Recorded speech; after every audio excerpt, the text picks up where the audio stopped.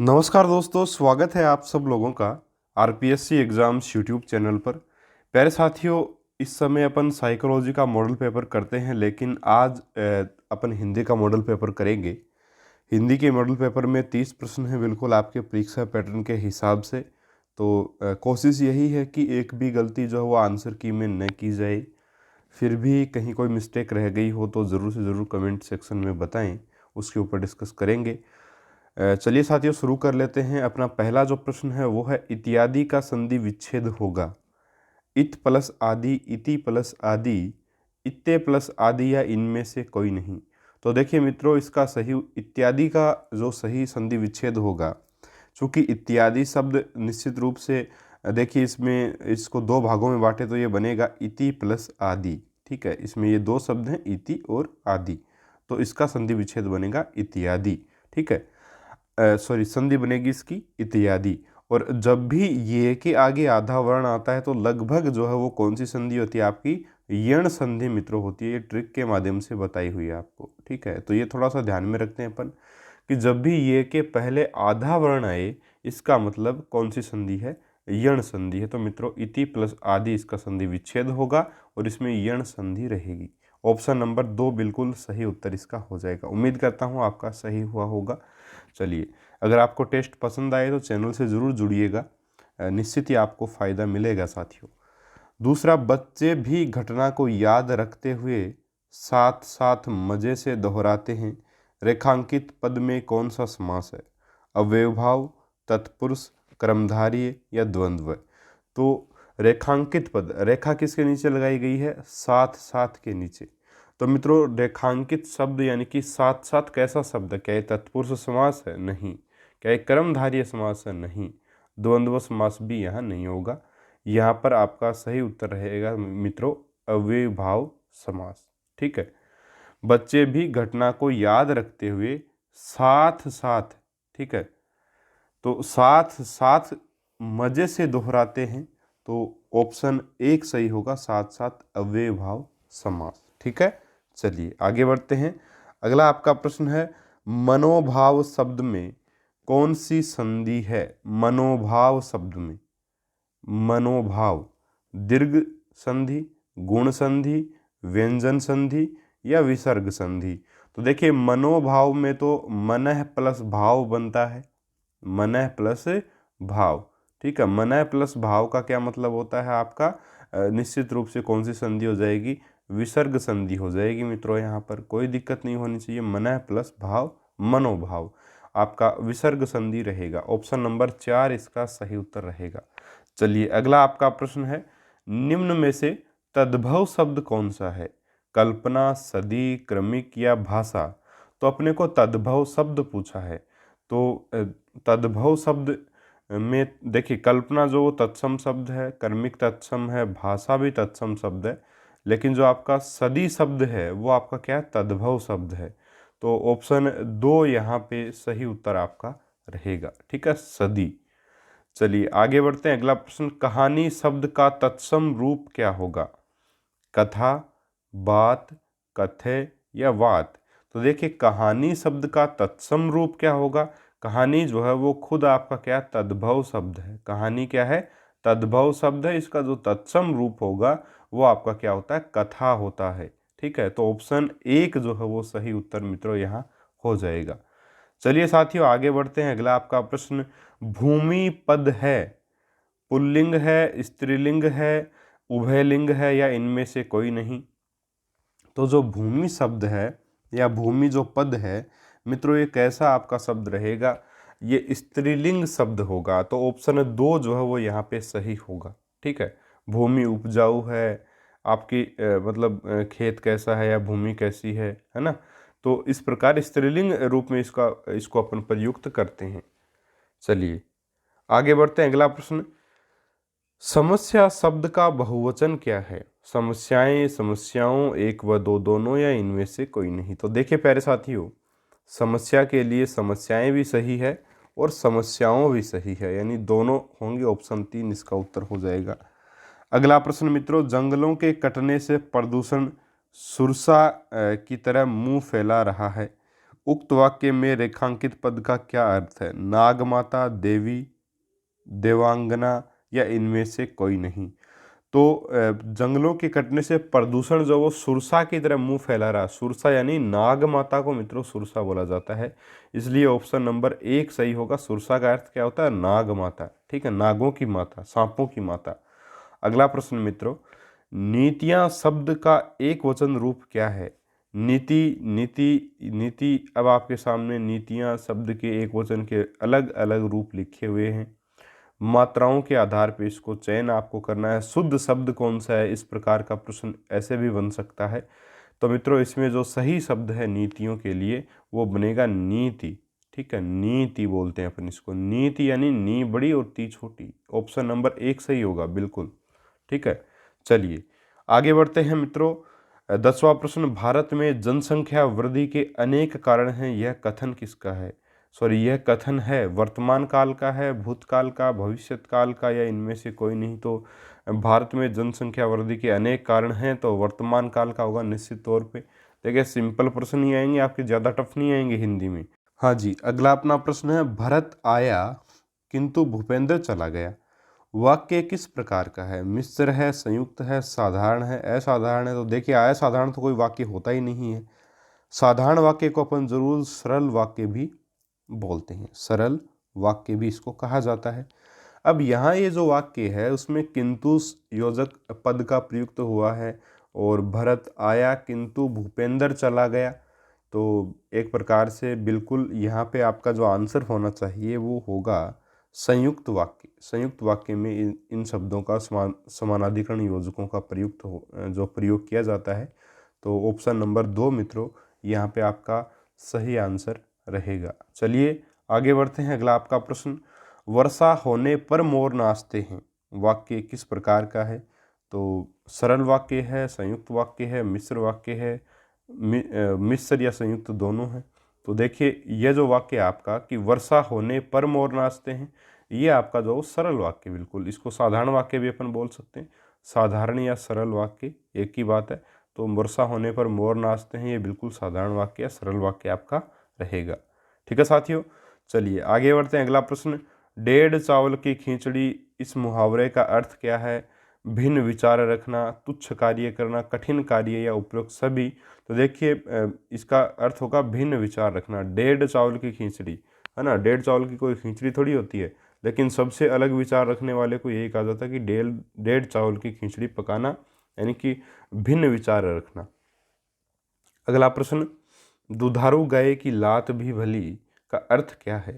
यानी कि जिससे फायदा हो उसकी झिड़की भी सुननी पड़ती है। यानी अगला दूसरा है, योग्य व्यक्ति बिगड़ेल भी हो तो उसे सहन करना पड़ता है। 3, दुधारू गाय लात भी मारती है, और 4, इसमें से कोई नहीं। तो इसका जो सटीक अर्थ होगा मित्रों वो आपका रहेगा ऑप्शन नंबर 1, है ना। जिससे फायदा हो उसकी झिड़की भी सुननी पड़ती है।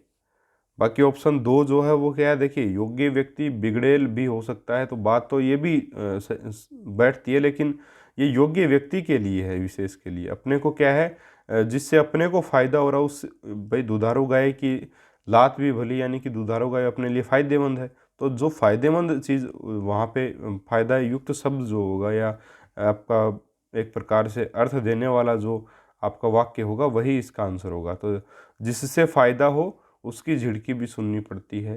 तो ऑप्शन 1 जो है वो सही आंसर रहेगा। झिड़की यानी एक प्रकार से आपके गुस्सा हो जाए, आपके ऊपर डांट पड़ जाए आपको, है ना, तो वो भी आपको सुनना पड़ जाता है। भाई अपने को फ़ायदा हो रहा है, सीधी सी बात है, अगर फ़ायदा नहीं होता अपन क्यों सुनेंगे? इसलिए ऑप्शन 1 जो है वो मित्रों सही आंसर यहाँ पे आपका होगा। अगला प्रश्न, नदी नाव संयोग यानी चमत्कार होना, दुर्लभ मिलन, नदी और नाव का परंपरागत साथ, और 4 है इनमें से कोई नहीं। तो नदी नाव का मिलन, ऑप्शन नंबर 2 सही होगा, दुर्लभ मिलन। वैसे तो देखिए नदी नाव जो है वो नदी में ही चलती है, लेकिन नदी नाव का मिलन, नदी एक प्रकार से नाव का डूब जाना, तो ये दुर्लभ मिलन होगा। ऑप्शन 2 सही होगा मित्रों। चलिए आगे बढ़ते हैं। अगला प्रश्न, दृष्टिबाधित बच्चों को भाषा सिखाते समय, अभी ये अपने प्रश्न थे 15 ग्रामर के, अभी 15 प्रश्न अपन हिंदी के टीचिंग मेथड से संबंधित करेंगे। बिल्कुल शानदार प्रश्न है। और 16वां प्रश्न आपका, दृष्टिबाधित बच्चों को भाषा सिखाते समय उन्हें कक्षा में अलग बैठाना चाहिए ताकि उन पर विशेष ध्यान दिया जा सके। 2, उन्हें विभिन्न भाषिक गतिविधियों में शामिल नहीं करना चाहिए। 3, कम पाठों वाली पाठ्य ठीक है कम पाठों वाली पाठ्य पुस्तक का निर्माण किया जाना चाहिए। 4, अधिक से अधिक मौखिक भाषा का प्रयोग करना चाहिए। तो दृष्टिबाधित बच्चों को भाषा सिखाते समय मित्रों क्या किया जाना चाहिए, अधिक से अधिक मौखिक भाषा का अगर उपयोग कर रहे हैं तो बहुत अच्छी बात है, क्योंकि यहाँ ब्रेल लिपि की बात नहीं की गई है, इसलिए ऑप्शन नंबर 4 जो सही आंसर आपका रहेगा। अलग बैठाने की आवश्यकता नहीं है ना, विशेष एक प्रकार से विशेष ध्यान देने की भी इतनी ज़्यादा आवश्यकता नहीं है। अधिक से अधिक अगर आप मौखिक भाषा का प्रयोग कर लेंगे तो वो सुन लेंगे, समझ लेंगे। बाकी ब्रेल लिपि की किताबें उनके पास होंगी तो वह उनसे भी जो वो पढ़ पाएंगे। अगला आपका प्रश्न है मित्रों, बच्चों में मौखिक अभिव्यक्ति का विकास करने के लिए सबसे कम प्रभावी तरीका कौन सा है? व्याकरण आधारित संरचना अभ्यास, अपने अनुभवों का वर्णन, 3, बातचीत करना और 4, संवाद अदायगी।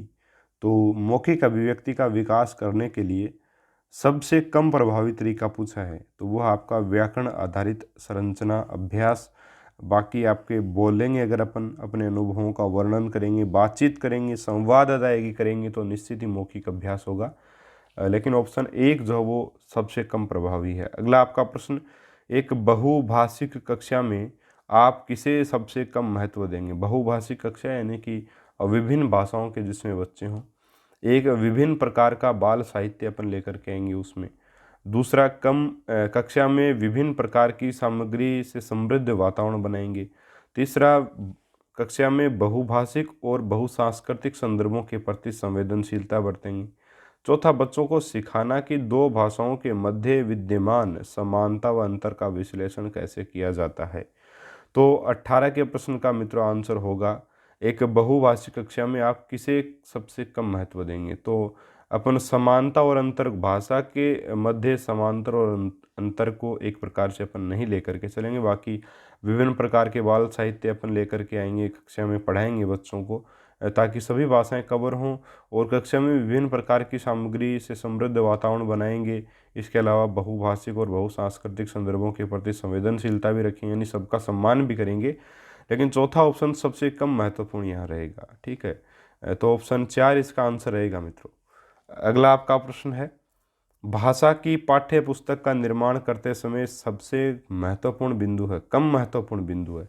चलिए कम को ध्यान रखिएगा, यहाँ पे कम महत्वपूर्ण पूछा है। अभ्यासों में वैविध्य, पाठों की संख्या, विषय वस्तु में वैविध्य या भाषा की विभिन्न छटाएं। तो मित्रों इसका जो उत्तर रहेगा वो रहेगा पाठों की संख्या। ये अपन कम ज़्यादा भी कर सकते हैं, लेकिन अभ्यासों में वैविध्यपूर्ण यानी कि विविधता होनी चाहिए प्रश्नों में, जो प्रश्न पाठ के अंत में आते हैं। इसके अलावा विषय वस्तु में विभिन्नता यानी कि अलग अलग तरह के पाठ, अलग अलग भाषाओं में थोड़े बहुत पाठ हो सकते हैं, राजस्थानी भाषा में भी पाठ हो, हिंदी में भी हो। ठीक है, इसके अलावा भाषा की विभिन्न छटाएं, आपका गद्य रूप, पद्य रूप, आपका अलग अलग एकांकी वगैरह ना, आपके कक्षा अभिनय के लिए नाटक वगैरह, वो सारे के सारे उस पुस्तक में हो तो वो बढ़िया रहती है। ऑप्शन नंबर 4 सही होगा, सॉरी ऑप्शन नंबर 2 यहाँ पे सही आंसर आपका रहेगा। सबसे कम महत्वपूर्ण पूछा है इसलिए ऑप्शन 2 यहाँ पे आपका हो जाएगा। चलिए आगे बढ़ते हैं। अगला आपका प्रश्न मित्रों, मंदिरा पहली कक्षा में पढ़ती है और वह मुझे आम बहुत अच्छा लगता है, मैं थक गई आदि वाक्यों का प्रयोग करती है। तो मंदिरा केवल सर्वनाम का ही प्रयोग जानती है। एक, केवल लिंग की दृष्टि से सर्वनाम का समुचित प्रयोग करना जानती है और केवल मैं वाले वाक्य ही बोल सकती है। 4 है, लिंग वचन क्रिया आदि की दृष्टि से सर्वनाम का प्रयोग करना जानती है। तो ऑप्शन नंबर 4 होगा, क्योंकि इसने जो वाक्य बोले हैं मंदिरा ने, ये बिल्कुल ठीक बोले इसने, मुझे आम बहुत अच्छा लगता है, मैं थक गई, तो ये सारे के सारे वाक्य बिल्कुल सही बोले हैं, इसलिए ऑप्शन नंबर 4 सही होगा यहाँ पे। लिंग वचन क्रिया आदि की दृष्टि से सर्वनाम का प्रयोग करना जानती है। अगला प्रश्न आपका, भाषा अर्जन 1 भाषा की कक्षा में ही संभव है, 2 सहज स्वाभाविक होता है, 3 प्रयासपूर्ण होता है, 4 शिक्षक की आवश्यक उपस्थिति की मांग करता, आवश्यक उपस्थिति है ना। चलिए भाषा अर्जन जो है वो मित्रों आपका क्या रहेगा, इसका सही उत्तर रहेगा सहज और स्वाभाविक होता है। ऑप्शन नंबर 2 मित्रों इसका आंसर आपका रहेगा। चलिए अपन आगे बढ़ते हैं। अगला आपका प्रश्न है कि भाषा की पाठ्य पुस्तक में ऐसे पाठ रखे जाएं जो अत्यंत छोटे हों, सरल भाषा से युक्त हों, बच्चों के परिवेश से जुड़े हों और केवल व्याकरणिक नियमों का ही अभ्यास कराते हों। तो मित्रों, इस प्रश्न का आंसर क्या होगा आपका? इसका सही उत्तर होगा सरल भाषा से युक्त हों, ऑप्शन नंबर 2 होगा। मित्रों, थोड़ी आवाज़ आपको आ रही होगी वीडियो में, बैकग्राउंड में। सुबह सुबह का समय है और मम्मी जी अभी चाय बना रही हैं, तो हो सकता आवाज़ आ रही हो। तो ऑप्शन नंबर वैसे 2 सही होगा यहाँ पे, है ना। डिस्टरबेंस के लिए माफ़ी चाहूँगा, कोई दिक्कत नहीं है, ज़रूरी चीज़ें वो करनी भी पड़ेंगी। 23वां आपका प्रश्न है, उच्च कक्षाओं में केवल छंद अलंकारों को समझने के प्रयास करना ही भाषा शिक्षण का उद्देश्य है। भाषा कौशल साध्य है और साधन है साहित्य। और तीसरा है, भाषा की पाठ्य पुस्तक अत्यंत महत्वपूर्ण है। 4, साहित्य साध्य है और भाषा कौशल साधन। तो उच्च कक्षाओं में साहित्य जो है वो तो क्या साध्य है, और भाषा कौशल क्या है मित्रों? साधन है। ऑप्शन 4 सही होगा यहाँ पे, है ना। बिल्कुल महत्वपूर्ण सारी चीज़ें, लेकिन उच्च कक्षाओं में साहित्य जो वो क्या साध्य के रूप में होता है, और भाषा कौशल जो वो साधन होगा वहाँ पे। तो ऑप्शन नंबर 4 यहाँ पे आपका मित्रों सही आंसर रहेगा।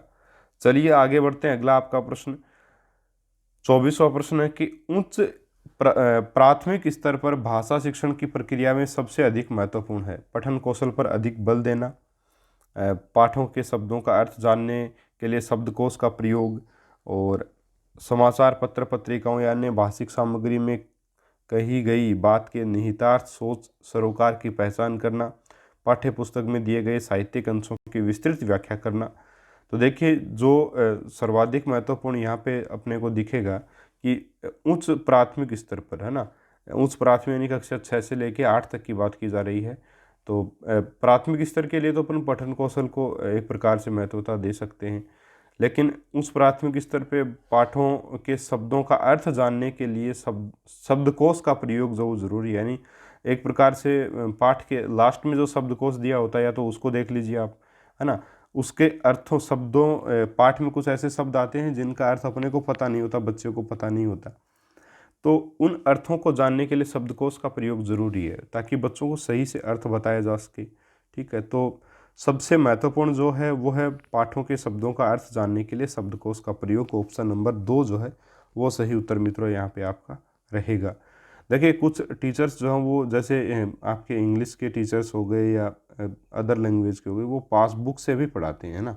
तो कभी कभी कुछ प्रश्न ऐसे हो जाते हैं, गणित में भी कभी कुछ ऐसा प्रश्न आता है कि उसको देखना पड़ता है पासबुक में। तो ये क्या गलत है या सही है शिक्षक के लिए? ये मेरे हिसाब से तो देखिए गलत नहीं है, ये ठीक है। क्योंकि अगर अपन बच्चे को अपन को नहीं आ रहा और अपन ने बच्चे को नहीं पढ़ाया या गलत पढ़ा दिया, तो वो तो बहुत ज़्यादा गलत है। उससे अच्छा तो अपन पासबुक से समझें, उसके बाद बच्चे को पढ़ा दें। बच्चे के समझ में आ गया, कोई दिक्कत नहीं, और अपनी भी त्रुटि दूर हो गई। तो ऑप्शन नंबर 2 जो है वो मित्रों यहाँ पे आपका सही उत्तर रहेगा। अगला आपका प्रश्न सुंदर लेखन अभ्यास के लिए उपयुक्त रहेगा। श्रुत लेख लिखना, प्रतिलेख लिखना, अनुलेख लिखना, कहानी लिखना। तो सुंदर लेखन के अभ्यास के लिए सही उत्तर क्या रहेगा यहाँ पे? अनुलेख लिखना, ऑप्शन नंबर 3। चलिए 26वां प्रश्न, बालकों की स्वाभाविक प्रवृत्ति कौन सी होती है? खेलने की, अभिनय की, अनुकरण की, या उक्त तीनों? तो स्वाभाविक प्रवृत्ति बच्चे की क्या होती है? एक प्रकार से अनुकरण की होती है, ऑप्शन नंबर 3 होगा। अगला आपका प्रश्न, बालक चित्र के नीचे लिखे हुए शब्द को पढ़ता है, यह क्रिया किस पठन के अंतर्गत आती है? तो मित्रों, इस पठन को अपन बोलते हैं शब्द पठन। ऑप्शन नंबर 2 सही होगा यहाँ पे, इसको शब्द पठन कहा जाता है।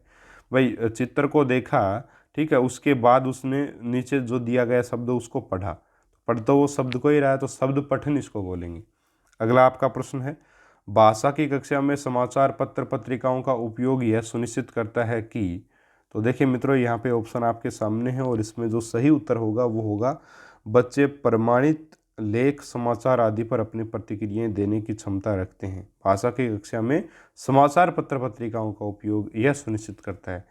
ठीक है, चलिए आगे बढ़ते हैं। अगला प्रश्न, भाषा में सतत और व्यापक मूल्यांकन का उद्देश्य क्या है? तो इसका उद्देश्य क्या रहेगा, देखिए केवल बच्चों की कमियां जानना, केवल जानना कि बच्चों ने कितना सीखा है, बच्चों को उत्तीर्ण अनुत्तीर्ण श्रेणी में रखना, या 4 बच्चों द्वारा भाषा सीखने की प्रक्रिया को जानना या समझना। तो ऑप्शन नंबर 4 होगा यहाँ पे। अगला प्रश्न, सहस्वर पठन का मुख्य उद्देश्य क्या है? मौन पठन करना, बच्चों की पढ़ने संबंधी झिझक को समाप्त करना, यही सही होगा ना। आगे भी देख लीजिए ऑप्शन, बोल बोल कर पढ़ना, ठीक है, बोल बोल कर पढ़ना, द्रुत गति से पठन करना। तो सहस्व, देखिए द्रुत गति से पठन और मौन पठन, ये मौन पठन में होता है द्रुत गति से पठन, यानी तेजी से पढ़ना अर्थ को समझते हुए। तो ऑप्शन 2 सही होगा यहाँ पे, बच्चों को पढ़ने संबंधी झिझक को समाप्त करने का कार्य होता है सहस्वर पठन का, ठीक है। तो ऑप्शन नंबर 2 हो जाएगा मित्रों। ये थे आपके 30 प्रश्न हिंदी के 18वें मॉडल पेपर के। 30 में से आपके कितने सही हुए कमेंट करके ज़रूर बताइएगा। और साथियों मिलेंगे अपन अगले वीडियो में एक और हिंदी के शानदार मॉडल पेपर के साथ। और मित्रों अगर आपको वीडियो पसंद आया हो तो लाल कलर का जो सब्सक्राइब बटन उसको ज़रूर दबाइएगा, घंटी के निशान को दबाइएगा और नोटिफिकेशन को ऑल पे सेट कर दीजिएगा, आपको हमारे नोटिफिकेशन मिल जाएंगे। और साइंस का वीडियो ज़रूर से ज़रूर देखें, बहुत ज़्यादा इम्पोर्टेंट वीडियो है। अंतःस्रावी तंत्र से संबंधित आज का वीडियो अपना रहेगा जो कि 9 बजे आ जाएगा। और अगर आप 9 बजे के बाद इस वीडियो को देख रहे हैं तो आपको आया हुआ मिल जाएगा साइंस की प्लेलिस्ट में, तो आप वहां जा कर के भी उस वीडियो को देख सकते हैं। प्लेलिस्ट का आपका नाम रहेगा रीड टॉपिक वाइज वस्तुनिष्ठ प्रश्नोत्तर। रीड टॉपिक वाइज वस्तुनिष्ठ प्रश्नोत्तर, इस नाम से प्लेलिस्ट मिल जाएगी, वहां जा कर के आप देख सकते हैं। इसके अलावा आप हमारा टेलीग्राम ग्रुप ज्वाइन कर सकते हैं। अगर वीडियोज़ की नोटिफिकेशन नहीं आते वहाँ मैं वीडियोज़ को डाल देता हूँ, वहाँ से भी आप देख सकते हैं। इसके अलावा टेलीग्राम ग्रुप का लिंक डिस्क्रिप्शन बॉक्स में है। नोट्स अगर आप लोग लेना चाहते हो, डिस्क्रिप्शन बॉक्स में आपको हमारे इंस्टा मोजो स्टोर का लिंक मिलेगा मित्रों, ऊपर ही ऊपर नोट्स भी ले सकते हो। साइकोलॉजी के 55 मॉडल पेपर ले सकते हो, साइंस के 51 मॉडल पेपर ले सकते हो, ठीक है साथियों। तो मिलेंगे अपन अगले वीडियो में एक और शानदार मॉडल पेपर के साथ। तब तक के लिए नमस्कार, जय हिंद, जय भारत।